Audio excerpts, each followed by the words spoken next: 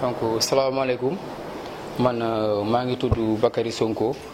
di représentant des jeunes de Bala plus précisément président des jeunes de Bala donc damay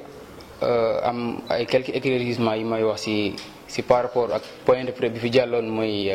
la semaine passée ci wàllum parce que déglu naa ci commentaire yi daa am ku wax il a parlé en qualité de représentant des jeunes de Bala donc si foofu laay intervenir leen wax ni rek bon ki ma dégg muy naa ni kii wax ni en qualité de représentant des jeunes du représentant des jeunes de Bala parce que moom jusqu'à nos jours je suis le représentant des jeunes de Bala le président des jeunes de Bala ma président des jeunes bon dégg naa nag muy wax si wàllum foyer des jeunes parce que dégg naa si propos yi nee na foyer bi bon bu ñu ko construire ba léegi caay bi su loxo maire la nekk ku ko neex moo fay dugg ku ko neexul du fa dugg donc loolu man naan loolu amul loolu musul nekk foyer bi depuis ñu achevé ko en 2015 2016 clé bi ça a été remis à la jeunesse plus précisément man sama loxo amoon nañu entourage nag ñoo yoroon caay bi ba nii may wax ak yow nii sax ba lu yàggul dara si kaw loolu foofu nañ bureau le bureau est représentant des jeunes ñooñu nga xamante ni ñooy gérer foyer bi man gérer moo sax en personne mais am na bureau bi fi nekk c'est représentant des jeunes ñoom ñooy gérer foyer bi caay bi seen loxo la nekk ñoom ñu di wax nii sax moom mi di wax nii bu waxee ni ku ko neex moo fay ku neex maire moo fay dugg quoi ku neexul maire moo fay dugg bon loolu ay man mënuma comprendre loolu te amul kenn ku mën a témoigner ñëwul fii peut-être moom wax na buy politique na politique n'empêche mun na man waxi politique ak waxi adversaire laa ko mën a jàppee mais moom mënul wax il n'est pas la personne la mieux placée pour wax si au nom de la jeunesse parce que si moom laay wax parce que nee na c'est le représentant de la jeunesse pour vous dire vrai kooku wax noonu musul bokk man de bi ma juddoo ba léegi parce que man fii laa juddoo fii laa màggee bu ma toll nii te bu ma nekk xale bu ndaw maa yëngu si mouvement de jeunesse maa ngi si bépp activité bu fi nekk avant may doon saa président des jeunes dama doon taxaw mais moom musuma koo gis si bépp mouvement de jeunesse fii ci Bala ba nu mu toll nii pour vous dire vrai quoi bu ñuy wax rek bu dee dëgg rek moo ñu taxaw jo musuma koo gis muy wax si muy yëngu si wàllu mouvement de jeunes musut ak activité bu mu mënta doon nag ak activité bu ngeen mus a xalaat man musuma ko see gis parce que man activité yëpp fu ma fekkee fii man suis présent mais moom musuma ko see gis kon il est mal placé pour parler au nom de la jeunesse kon il n'est pas considéré il n'est pas représentant des jeunes te il n'est nullement considéré comme représentant des jeunes. waaw bu waxee nag boppam la waxal. ñu ne tamit dara nekkul ci biir. ñu ne dara nekkul ci biir. si wàllum. si wàllum. maanaam foyer bi équipé wuñ ko. foyer bi équipé guñ ko. waaw non foyer bi équipé guñ ko. foyer bi d'ailleurs des na achevé complètement sax amoon naa ay contentieux avec le kii l'entrepreneur te loolu mais mu ngi see wax mais parce que. non jeexagul complètement jeexagul waaw liggéey bi jeexagul complètement des na waaw mais nag bi mu paree ba gars yi tëj porte bi caabi bi mu remettre nañ ko c'est à notre disposition même nii sax boo soxla woon fii du mën ngay daam ñi ngay wax ñoom ñoo lay wax ni ñi ñoo lay jox caabi aussi boo paree nga delloo leen am ñu ko yor nii boo demee mu ngi tëju mais bu nee si caabi si loxo mais jour bi ñu tëjee porte yi laa wax ni jour boobu dañu remettre caabi 3 clés man maa ko yoroon waaw jour bi ñu achevé waaye caabi sama loxo lañ tegoon ba 2016 ba léegi nii.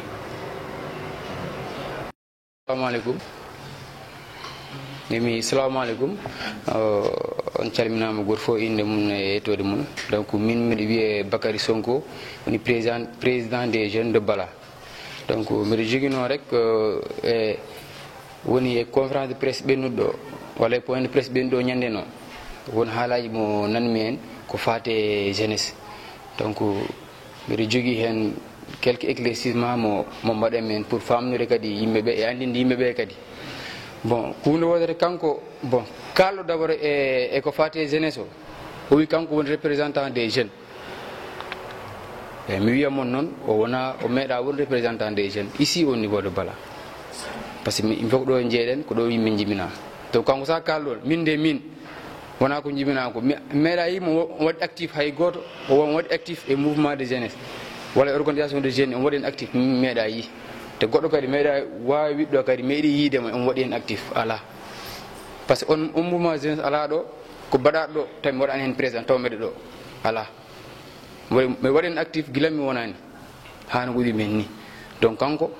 o waɗani bien placé pour haalde en qualité de représentant des jeunes o wona représentant des jeunes bon o wi kadi foyer o bon guila maha ko maire jogui caabi ɗi mo maire wela natata mo wela natta mbiyamo ɗum kadi ɗum ala jour nde uddande min mi noddama caabi o tottama min mbaɗa remen caabi 3 clés e 2016 gila nden ha addi hikka caabi ɗi koye junngo jeunesse woni meeɗa wonde junngo men te ɗum noon ko nannaki ni caabi ko maire watta caabi foyer mbiyani hay caabi mairie wona e junngo maire woni saganduma caabi foyer caabi mairie wona e junngo maire woni donc mi kana haala mi wawa famde kana haala par ce que min woni représentant des jeunes caabi ɗi ko junga hen fof hay min mi haalde moon woɗ bureau gonɗo ɗo qui est composé de jeunes kamɓe mbaɗi gérer foyer o et ɓen ɗo so il y a certains d'entre eux dans la salle c'est eux qui gèrent le foyer la clé est dans leur main kamɓe jogui hani sa sohli koto mabɓe ndewata ɓe mbima ko ni et donc wiyoma ɗin propos mum peut être c'était promo purement politique walla kanko ani ko darta hen quoi mais wona ɗum woodi exactement haali joni mbiɗa caggal ɓe mbino wonde haydara wona ko faɗa équipement joni noon a wi wonde golle ɗe gasani si eyyi toon kadi mbiɗa wiya moon bon ko mbi foyer o waɗaka équipé taw par ce que ɗum mbiya mi waɗaka équipé taw hay ɗum so wi waɗa équipé taw par ce que ene heddi o gasani complètement comme wonko heddi hen ɗum wonko heddi hen équipement ji ko hen jeeya o manque waɗede équipé taw eyyi kono kam côté caabi to haali ko ɗum moom je tiens à éclaircir caabi ɗi koye junngo jeunesse woni 2016 eyyi si ɓooyi eyyi mais depuis o gasi kam caabi ɗi koye junngo jeunesse woni eyyi depuis nden on côté kam ça je peux en témoigner te kala gonɗo kadi ene anndi kadi e teɗotalo ɗon y a pas mal d'activités qui se tiennent là-bas mais nak goto est ce que tan assalamu aleykum bandiraɓe min mbiyetemi ko Mahan Sissoko komi conseil municipal mo commune mo Bala ko wadde témoigné tan hono no ɓe mbiri ni affaire golle maire ɗe bon son paami golle maire fuɗɗi d' abord ko gila gandanɗa nde yimɓe mbatta yimɓe jilluto e commune he yahata ƴeewa information ngaji holno budget o holno foti tafirde holko woni sohlaji population ɓe jaaha e guure he ɓe mbaɗa recherche d' information ɓe gara soɓe arama noon hankkadi ha au niveau de la mairie nden woni information ngaji gara waɗe sélectionné ngoɗo wuuro no foti heɓde ɗum ɗo ngoɗo wuuro no foti heɓde ɗum ɗo mais nek guure ɗe aussi ko par priorité so priorité waɗama hankkadi ha waɗama budget o tafe so budget o tafama hankkadi nde woni budget o adde e nder salle wiye aha joni de budget o tafama e raɓɓininde haala tan guila kayit des informations ha e vote budget ko ɗon mi yahata directement e vote budget hankkadi taw kuuɓole ɗe foof ndendinama wuuro ponɗo hebde hunde waɗe aussi budget ko eɓɓore wona wiyama tan e mbaɗi budget tan ko mbiɗen ko ɗum ɗon aussi ma keɓen ɗum ɗon ala ko eɓɓore tan en pewne deftere men ha feewa garen joƴƴinen se joƴƴini noon hankkadi adde e nder salle commune Bala o ko 40 conseillers woni hen 40 conseillers worɓe e rewɓe fof poti feccere rewɓe feccere worɓe donc so addama conseil ɓe goota won sa ƴeewi presque 99% conseil ɓe ne mbaɗa voté budget o sans problème par ce que minen commune amen o min meeɗa heb probléme de vote par ce que kala fof nde mi meeɗa heb réunion aussi mbaɗaɗo repoussé par ce que le quorum toujours chaque fois so mbaɗi convoqué réunion quorum o timmat so quorum heeɓima noon ce qui veut dire que yimɓe ɓe mbaɗi adoré e golle ɗe bon yimɓe ɓe so jaaɓi golle ɗe koolima golle ɗe sa noddi réunion tan ɓe garat soɓe koolaki golle ɗe aussi sa noddi réunion hay goto arata ɗum minen min jii e nokkuji ɓe nodda réunion ji 2 fois 3 fois conseil ɓe garata donc so conseil mbaɗam ɗon minen ha ɗo joni gila 2014 ha to jaraten ɗo joni il y a pas une réunion qui a été repoussée pour problème de quorum ce qui veut dire que d'abord proposition ngaji maire e nder commune nder budget he ko proposition ngaji baɗɗi fayde par ce que minen fof komin jibinande Bala mouvement citoyen moye mbiyata o ɓe jiiɗi ko avancement Bala minen ɓuuri yidde avancement Bala par ce que minen fof min timmi minen fof min dendi min goni yeeso min goni caggal neɗɗo goto minen jaade e mum min jaadatema ko noon ko dow golle bon so budget waɗama voté eɓɓore nde waɗama wiyama ko sen keeɓi kalis waɗama kalisaji keeɓima ko wiya ko fof no heɓaki par ce que souvent yimɓe ne mbaɗa erreur aji bon wuram waɗama voté woyndu walla balaɗo waɗama voté par exemple ɗum ɗo no wiyete kadi marché walla bala waɗama voté abattoir ko so kalis heeɓima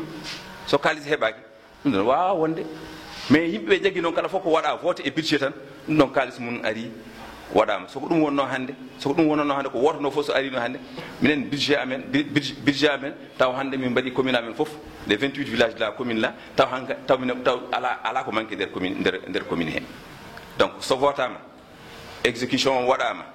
hitande timmi maire adda compte administratif waɗa présenté compte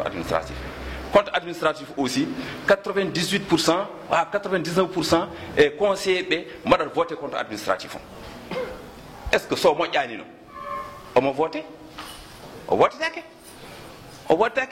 par ce que c'est vrai mi janggani ni kono somin kalnama walla ko waɗama wiyama waɗe bala walla wiyama waɗe cara walla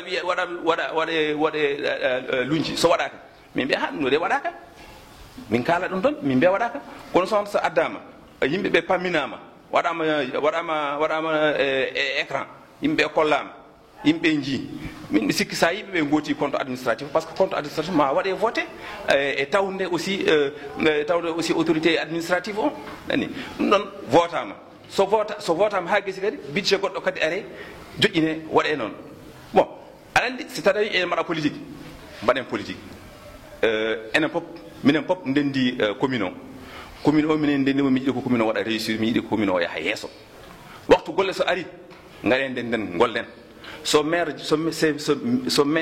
ko nder wuuro hoye jeeya somi yiɗi golle min gara bureau makko min mbiya maire ko ɗum ɗo min yiɗi ko ɗum ɗo min yiɗi budget garowo o min ƴeewano men mbaɗiri hen par ce que aɗa wawi par ce que bala wona bala tan jeeyi ɗum ɗo wona bala tan jeeyi commune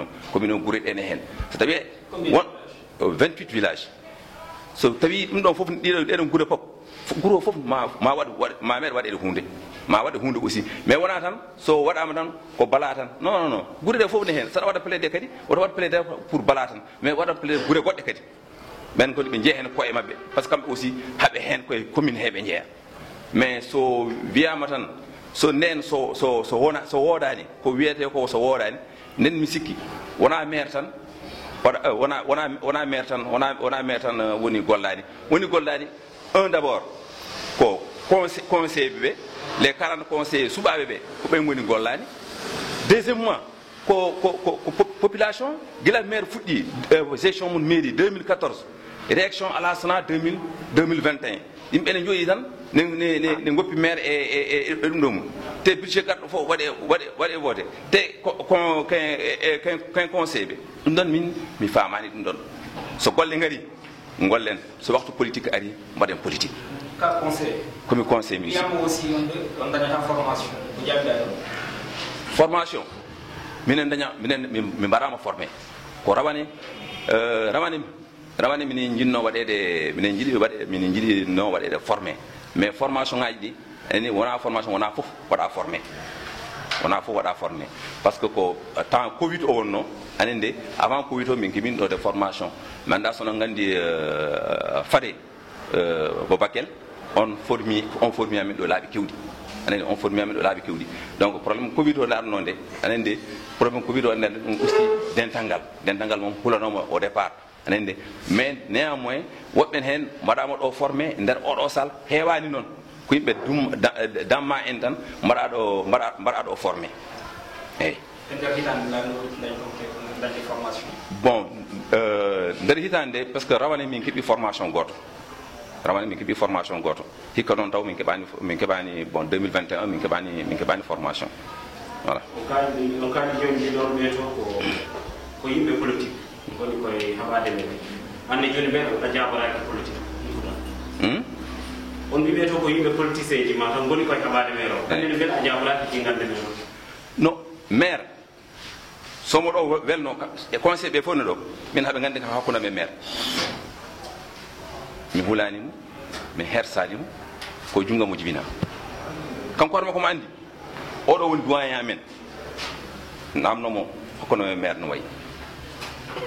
min mi hulata halnude gonga hay goto o waɗa ɗo ko yo wallu population min ko PDS gonnomi artiri kam ko première année mi artani deuxième année mbimi oɗo mami ara mi golliden makko par ce que waɗini kam présenté un bilan positif mbimi nen noon fuɗɗo yo walla so wallama tan o yahat eyyi.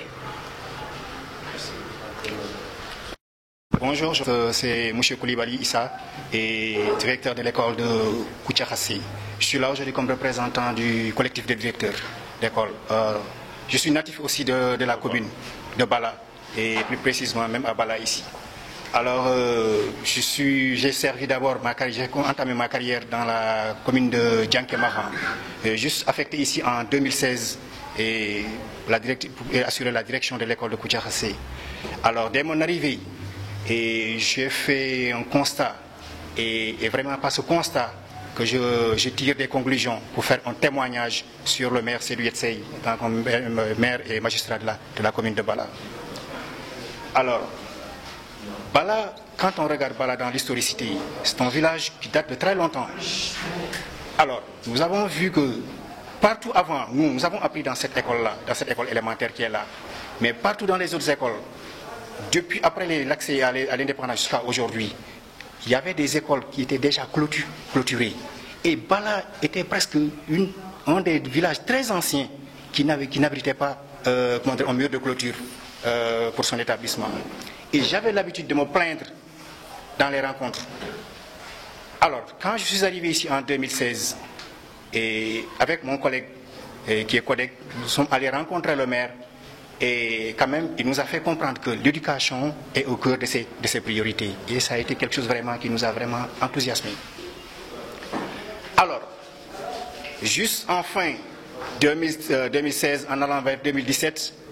nous avons vu qu'il a entamé la construction du mur de clôture. Il a entamé la construction du mur de clôture de Bala. Et cela a été vraiment une fierté pour nous, parce que de voir une école dont l'environnement doit être sécurisé. Avant tout, c'est nos enfants qui sont là. Et donc, c'est quelqu'un qui a pensé à ça. Donc, je me suis dit que, tiens, ce monsieur a l'éducation au cœur, au fond de son cœur. Alors, dans son prochain budget, nous avons assisté encore. Il a demandé à clôturer l'école de Tchara. Et ça aussi, ça a été vraiment une grande fierté pour nous. La troisième année, c'était en 2019, je pense, c'est l'école de Tivaouane. Et que nous tous, nous le savons bien, ce ne sont pas des témoignages et du bavardage hasardeux comme ça, mais des témoignages visuels que moi, en tant qu'enseignant, je l'ai vu dans mes propres yeux. Alors, après ces infrastructures, pour ajouter encore dans les infrastructures, il a eu à mettre en place des blocs sanitaires. L'école de Bala est là aujourd'hui. Disposait pas un bon bloc sanitaire pour les enfants. Il n'y en avait même pas. Vous voyez, il y en avait, mais ce n'était pas quand même adapté aux enfants. Vous voyez, alors il a eu à mettre en place 2 blocs sanitaires dans l'école élémentaire de Bala, ainsi que celui de l'école de Nomboto.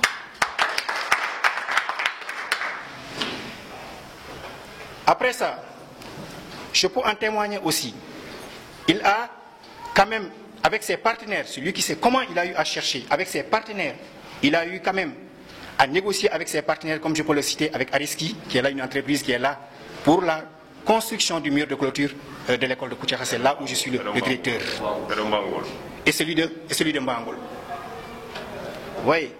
Alors, donc, je pense que dans le domaine de l'éducation, l'éducation est au cœur de, comment dirais-je, du maire.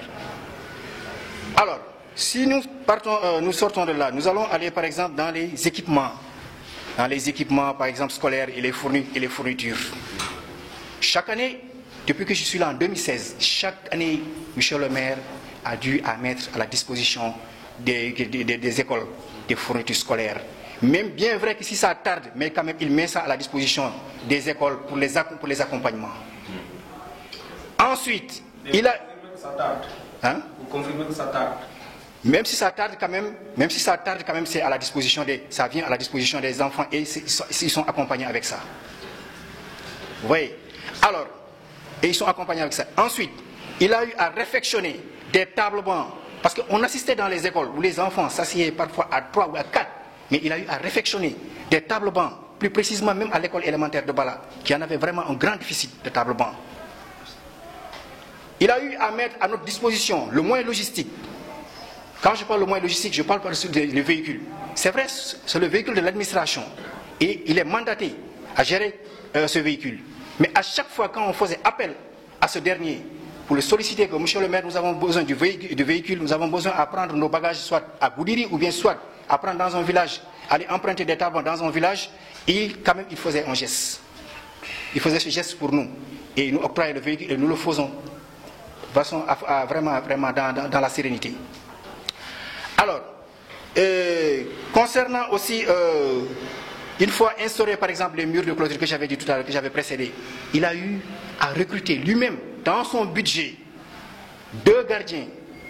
et que c'est lui-même qui paye ces gardiens-là. Et il s'agit de gardiens de l'école de Bala et celui de l'école élémentaire de Koutiakhassé et celui de Tiara aussi. Oui. Alors, ce qui parfois n'est pas, je peux le dire, peut-être ça se fait ailleurs, mais peut-être ça ne se fait pas ailleurs. Mais nous, depuis que nous sommes là, le maire Seydou Yatsey, à chaque fois, quand il soumet par exemple son débat de proposition budgétaire, voilà, d'orientation budgétaire, voilà, s'il vous plaît. Alors, donc, il nous convoque. Par rapport, lui, sa proposition, à nous de voir, est-ce que lui, ce qu'il propose, est-ce qu'elle est en adéquation à nos préoccupations? Vraiment, ça, il l'a toujours fait et nous avons toujours assisté. Bien vrai que nous ne sommes pas des conseillers, nous ne sommes pas des experts à la politique, mais il nous a toujours conviés et nous avons toujours assisté. Oui. Bon, il a aussi vraiment l'honneur quand même à chaque fois, quand il est interpellé, à venir assister à des journées d'excellence. Vraiment, il se présente. Et il participe aussi. Maintenant, pour en terminer, à ce qui concerne maintenant les examens scolaires, depuis que aussi nous sommes là en 2016 jusqu'à aujourd'hui, chaque année, il a eu à apporter son appui pour, pour les examens, la surveillance des examens du CFE et même que le BFM. Il a eu toujours à apporter son contribution. Voilà en quelque sorte quelques témoignages que j'ai eu vraiment à ramasser et des témoignages visuels que j'ai eu à ramasser sur vraiment M. Seydou Yatsey, maire de la commune de Bala. maa ngi nuyu ñëpp man la Jama Ndiaye Sagne ci comme ça fen yi ñu teg ci monsieur le maire ci loolu laa bëggoon a wax parce que lu ñu wax yëpp dara nekku si dëgg en tout cas ñun jigéen ñi moom ñun monsieur le maire mu ñuy jàppale ci ay financement mu ñuy jàppale ci lépp lu ñu soxla bu ñu ñëwee ci moom wax ko def ñuy jàppale mais guddi muy bëccëg heure bi ñu ko fëggee dañ ñëw jàppale ñu su lu ñu soxla lépp bu fekkee ci wàllu dëkk bi tam aussi la monsieur le maire liggéey na ci dëkk bi parce que école yi classe yi fii am na classe yi nga xamante ne dañoo manqué woon monsieur le maire tabax dolwaat na ci yeneen classe tabax na ko mur bi tam aussi monsieur le maire clôturé na ko ba Tivaouane tam aussi dañuy ànd ak moom dem foofu noonu miiru Tivaouane tam aussi monsieur le maire defar na ko dégg nga si wàllu jigéen tam ci wàllu financement itam aussi keroog bu ñu jógee ñëw ci moom fii wax ko suñu problème daf ñoo lijjanti ay financement ñu jógee fii dem ba Tamba ñu financé ñu foofu noonu du benn du ñaar waaw. kàddu yooyu noonu dara nekku ci dëgg loolu ñu wax foofu dara nekku ci dëgg ay adversaire rek lañu te moment bi nekkuñu moment politique ñoom jaruñu yàkkamti jaruñu yàkkamti. problème marché bi doo ci wax. ci problème marché bi tam encore budget bi génnagul d'abord defaguñ fi dara loolu jotagul dañuy wax rek. bu amee. su matee bëgg nañ ko su matee soxla nañ ko parce que ay jigéen lañ ñu ñooy dem marché waaw.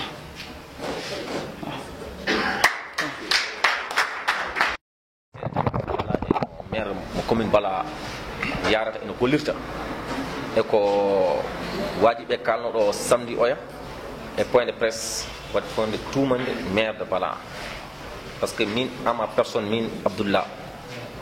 mbanmi natmi politique en 2014 je n'ai jamais fait la politique 2014 mbanmi politique parce que nden mi rawani yimɓe tan mi luuka mi anndani hay ko woni politique minde natmi politique 2014 je suis élu un conseil municipal de la commune de Bala haɗa min garde sa daari nden ha un jour commune de Bala wona maire Bala adi wadde mo dirigé il y avait des gens qui étaient ici par ce que kala ko jiiɗa e nder aduna ko fondement kala to fondement ala yata sa mahi huɓere ma nde ala fondement so ñamata tan na wande parce que ils ont dit la loi est une continuité c'est vrai c'est une continuité continuité mo mbatta noon taw a tawi ɗon honko wonɗon taw mbawɗa continuité sa tawan honko wonɗon a wawa continuité il faut puɗɗoɗa nde min garata min tawanɗo hay batte min puɗɗi par ce que so haalama haala budget ni miɗa andi budget miɗa andi fond de concours miɗa andi fond dotation miɗa andi budget de fonctionnement mairie miɗa andi investir ɓay halta fictif par ce que hol maire cusɗo ñamde gandanɗa ko watte investir on maire ko holon so on maire ñaami ɗi kasi caabi kede caggal muɗum fonctionnement mairie noon kono mairie o dogirta par ce que woni cabine maire ko wonɓe ɗo ne golla ɓe les agents le chauffeur le secrétaire les adjoints la santé l'éducation sport fof ko hen yaltata et des cas social ganduɗa ko ala e budget ngar waɗa sollicité le maire il le fait woɗum taw ala e budget so maire ala cabine ko hokkata yimɓeɓe ko ordonnance ɗo sodata jammañolam maaroji ɗi neɗɗo ara waɗa yangue waɗa sollicité hokka ɗum toyta ɗum maɗa tan o ñongo itta mais par ce que so neɗɗo waɗama élire forcé haalete mais so neɗɗo woni waɗama élire kadi ɓe cikkata il a les millions walla des milliards taw gandanda wodani par ce que mi heeɗima e point de presse maɓe a monsieur Amadou Ba o waɗi cité des choses gandanda ala fof ko rewi lawol par ce que saɗa haala budget walla aɗa haala investissement oto ƴettu fonctionnement mbaɗa ɗum e nder investissement ƴettu investissement tan mbaɗa ɗum e nder investissement mais il a pris le fonctionnement o waɗi ɗum investir sur les 47 millions qu'il a dénoncé mais c'est pas que c'est 44 millions ça c'est le fonctionnement après avoir minen nde min jooɗi ha ñallungi handes maire ko waɗi o yiya e guite e ko waɗi e banggue social ne heewi sa daari l'école de Bala a créé en 1962 min ko hen janggimi hane gaccirimi école mi meeɗano wonde e nder mur somi dogi ɗo enatami grâce à monsieur le maire de la commune de Bala Seydou Seck qui l'a construit ils étaient là le monsieur Amadou Ba comme kala ɗo o woni ɗo il a géré l'école de Thiaram mbiton mur o école Thiaram wona mur tan de il y avait 2 salles de classe jannoɗi kanko fewntiɗi haade peewi waɗi clôture école o pourquoi pas ɗum haalaka pareil à Tivaouane pareil de gandanɗa des mini forage de Djoulaguel yaadi encore liggey nen fuɗɗo kadi de gaypraji a jaabi on ko des mini forage mbaɗi investi dans la commune a mbango aussi caɗele gonno jaam ko heewi ustima a Bala légal galgal légal funnague y avait pas l'eau on a fait une extraction de l'eau de 1 kilomètre pourquoi ɓe kala hen ɗum courant est ouest o waɗi côté ne wiye mandano wiye to nayi kirsote battoir moi je n'ai jamais voté ce budget je mens pas Marseille pareil je n'ai jamais voté ce budget Marseille sana ko partenariat goto ene bandano mbiyatamo ni ko on yiiɗi on heeɓi il a gagné une marché sur partenariat pour construire le marché hebdomadaire de Bala mais pas dans le budget pour construire cette marché parce que ɓe mbi ko en 2021 mbatta lancé ɓe mbatta fuɗɗade golle ɗe ça c'est pas dans le budget a fami non attends je termine si je termine tu peux caler s'il te plaît Amadou Ba en personne on se connaît très bien Moi, je suis né ici, grandi ici. Amadou pareil, il est né ici, grandi ici. Amadou a géré des postes ici dans la commune. Il était le président de CIZF de la commune de Bala. Il m'entend et il va me voir en télé. Il y a comme télé. On va gérer CIZF de la commune de Bala. Il y a Bala, il y a Kowar, il y a Kotiar, il y a Goumayel. C'est lui qui était le président quand il a eu au permis et qui t'a ce que tu m'as fait. Demandez-lui s'il versait l'argent. Non, jamais, il ne verse pas. Où il a investi, il a ses moyens. Nous, ne sommes pas fous. On m'a kanga ka dedani. Amadou, le président Usutel, président des jeunes de l'arrondissement de Bala. Eh, aïe, ko kalten ko, andi mi ko hulwel nokam. Ko ngandanda mo meeda wadde jogade hunde e nder commune Bala, jogade poste e nder commune Bala, o jinnomi daro haala hande ko be kaali ko. Nous welami, mais wana un quelqu'un mo ngandanda qui a fait des choses très graves dans notre dénoncer. Et nyami ko gasata ara mo dénoncer. C'est pas une bonne personne. Wana ko fono daro goddo be ngadanno. Afani. Bembiye ko mouvement mandat de bande des associations des jeunes mandats de politiciens mandat ko holu pour nous. On a gonga. C'est pas vrai. On a gonga. Sont des opposants. Il était dans le PDS. Il est venu diriger le parti PASTEF. Parce que 16 ans, c'est vrai, il faut dire, moi, 16 ans, mais nous avons 16 ans, alors que 16 ans, l'âme ko tini on jibinati. Mais on a force et bonne inde. Afani, so Allah yona lam tan wonat, mais auto tourne neddo ko wodani. So hebi 16 ans. Il va voir.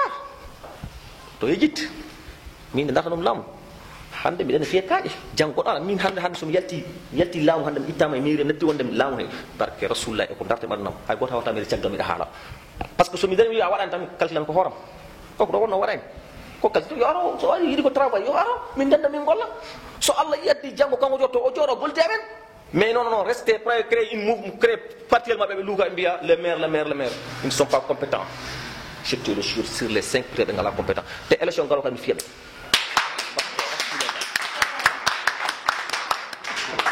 to ñaagi mo do maire 5 de permis pour arte parti maire Diabani ou le maire président de Sopobe Ledebe ko yara konté woni ko maire Diabani ce sont des caïmans qui sont là-bas qu'on se dise la vérité je te le dis ce sont des caïmans ma voix en vous parce que tout fait 5 ko tan dum mi mbarata